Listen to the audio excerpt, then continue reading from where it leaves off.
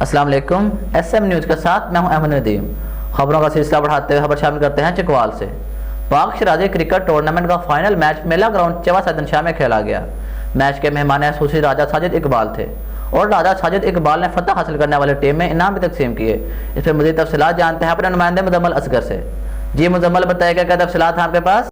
جی، آج جو سیدن شاہ میں پاک شیرازی کرکٹ ٹورنامنٹ کا فائنل میچ میلہ گراؤنڈ جو سیدن شاہ میں منعقد کیا گیا اور یہ میچ ہارون 11 چوا اور عبد الرحیم 11 کے درمیان کھیلا گیا اور اس ٹیم میچ کے مہمان خصوصی راجہ ساجد اقبال نے انعامات تقسیم کیے اور تماشائی چوکوں چکوں پر تالیاں بجا کر کھلاڑیوں کو داد دیتے رہے۔ جیتنے والی ٹیم کو 1,50,000 نقد انعام بما ٹرافی دیے گئے۔